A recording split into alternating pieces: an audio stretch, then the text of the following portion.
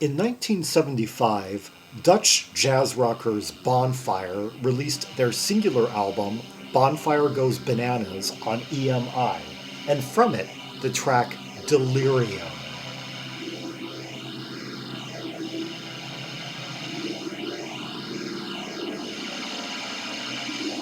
Jet engines. Backward.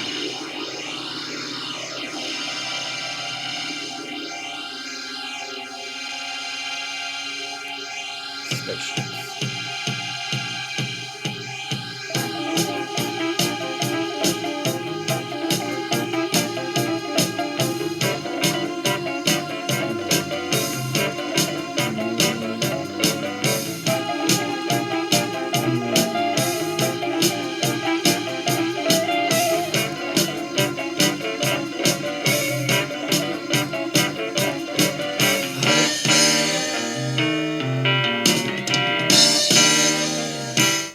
Such a strange feel to that. Yeah, I that really tight kind of like locked cadence almost, and the way it was going from like da b b g, yeah, going from like B major I think to G minor, or no, B major to G7, something odd like that. So there was kind of like some note that felt kind of like really low. If it was going from B to G7,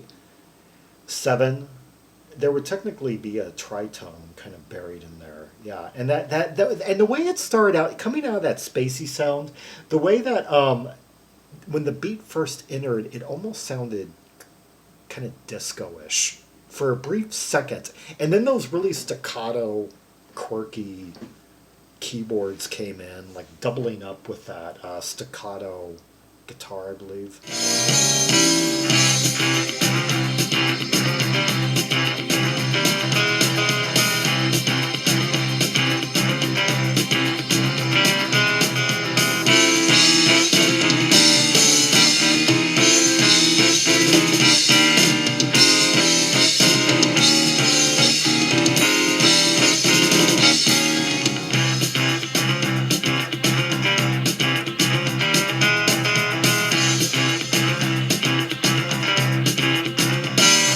Okay, you were hearing the guitar talents there of Eugene Den Hoed, who had been in the band Cloverleaf beforehand. Yeah, actually, he had been in several bands that recorded a bunch of singles but no albums. Yeah, Cloverleaf being a particularly uh, notable example in that department. Yeah, put out a bunch of singles between like 1969 and 1973. Like, I think probably about 2 albums worth of material, but no actual album.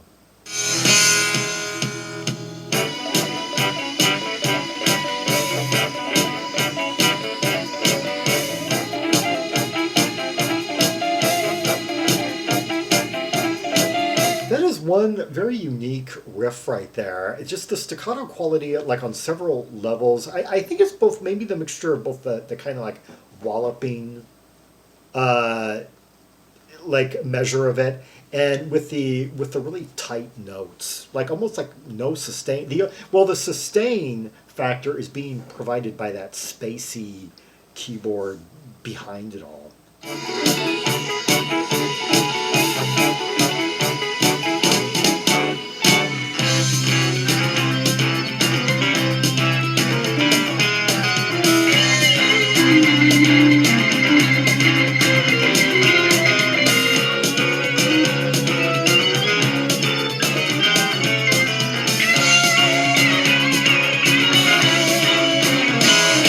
Okay, now I really like the main thrust, the main like the rhythm playing will probably be the first thing to grab you and all that. But during this playback, and for the first time ever, I was taking notice to the sustained kind of lyrical leads by the guitars that were low in the mix. And yeah, the nuance that added to the main the riff that we were hearing.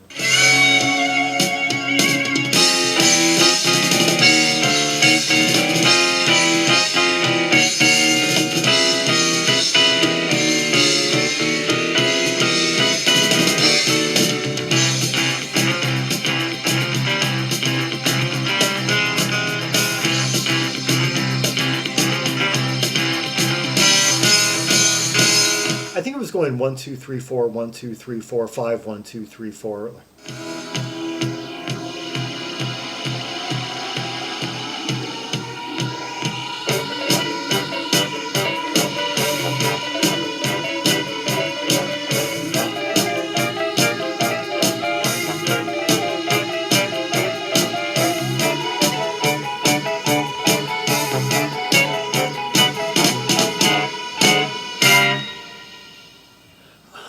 That there was like, I think as I heard that again, there was basically like an electric piano and a guitar doubling up on staccato notes, and the bass was adding equally staccato dull notes and kind of throwing the tonality off somewhat.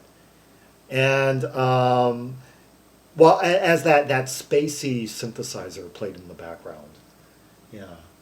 Anyway, that was Delirium by Bonfire, the opening cut off their 1975 release, Bonfire Goes Bananas. Let's hear another track from the album, Contrast.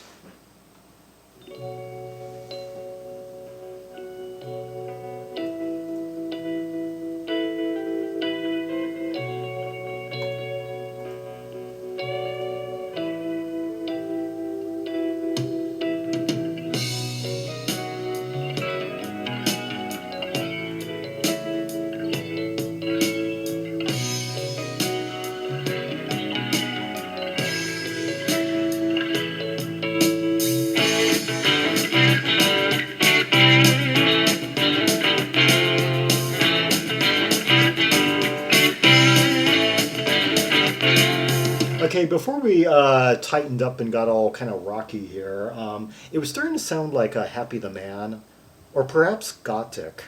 Yeah, that kind of mellow, creamy jazz rock tone.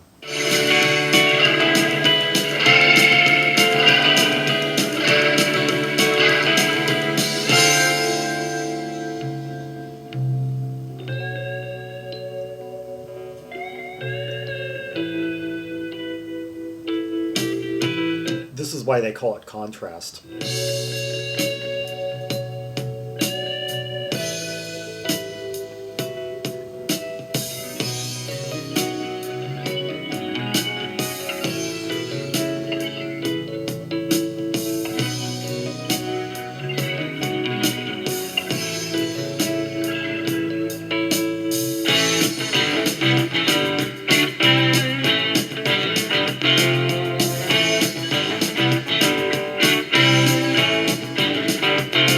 Okay, it turns out the guitarist and the bassist are brothers, and the bassist, Kees and Hoed, doubles up on gong in a few places, and while Eugene, the guitarist, also plays flute, and Frank Witte, credited with keyboards and recorder.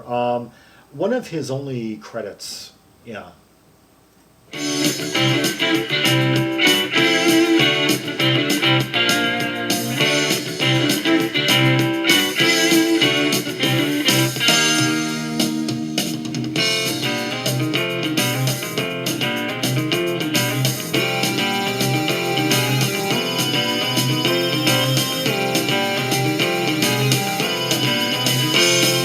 Okay, now these are the kind of passages I love. We have that really that kind of that ARP sound just coming right out of there. I believe that's an ARP, and yeah, just with that a sound that you only get from this time period, and that really angular asymmetric meter and such. I'd have to.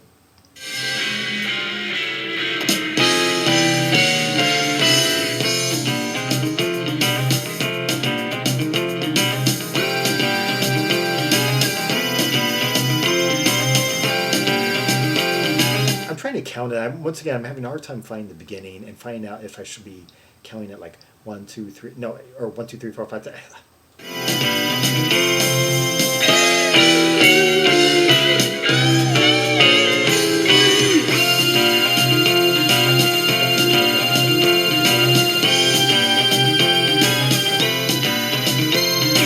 think it's going like 1, 2, 3, 4, 5, 6, 7, 8, 1, 2, 3, 4, 5, 6, 7, 1, 2, 3, 4, 5, 6, 7, 8, like that.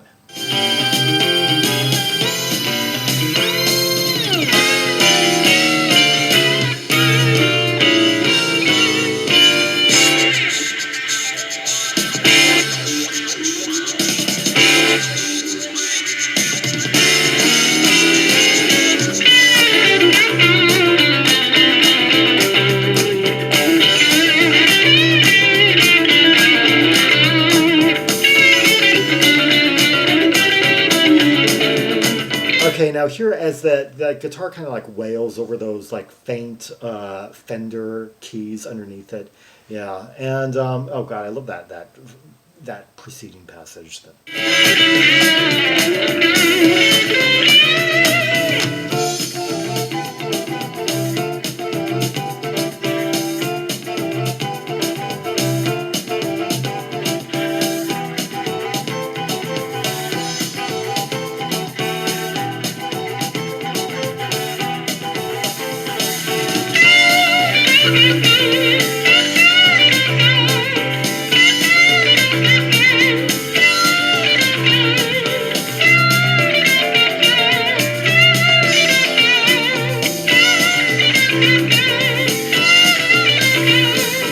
I love the stylistic diversity in these pieces. We can go through this rapid fire rocking section right here with like some like wailing guitar over a rapid fire bass line.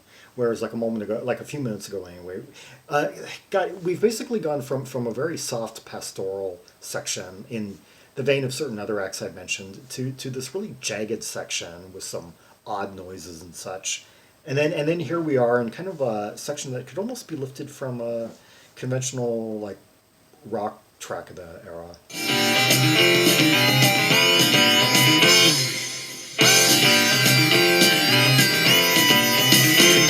And just as I speak, that sound comes back. Although that keyboard sound is similar to what you would hear like on the soundtrack to In Search of.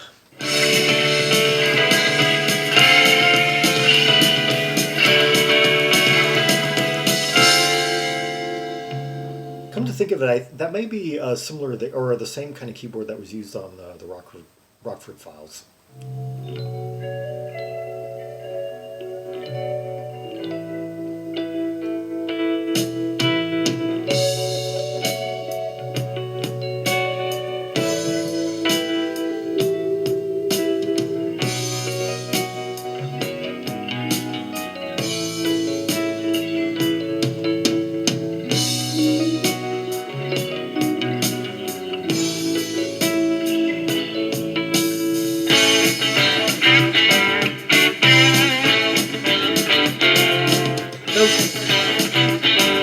Quite an abrupt change between just as that melody, that soft melody,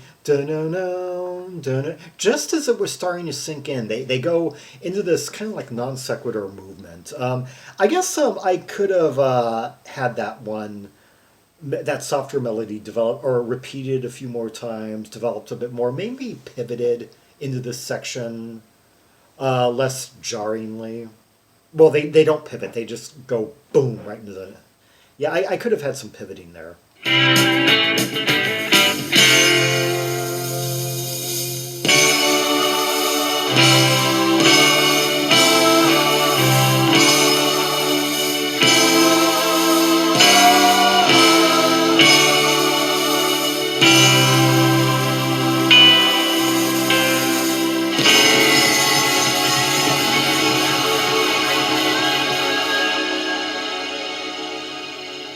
Like a choral setting on some polyphonic synthers.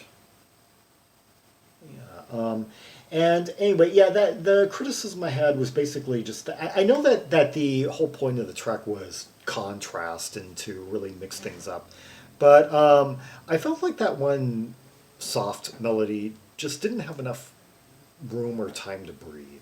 Yeah, I was just kind of really gaining, latching onto it that final time when something was just like gone. Yeah, so the piece could have maybe had a few more minutes to work out some of those places and have sections to like transition from one movement to the next very different, movement or something. Yeah. Otherwise, though, a lot of good ideas though crammed into that piece. In a way, like almost perhaps like a whole LP side worth of ideas just crammed into 5 minutes there. Yeah, Contrast by Bonfire, and before that, Delirium. Two tracks from their 1975 singular album, Bonfire Goes Bananas. And of the four members, it seems that drummer Cees Meerman had the most active future after this. He would go on to play in Herman Brood and His Wild Romance and Oh, I was about to say, yeah, he would play in that band anyway.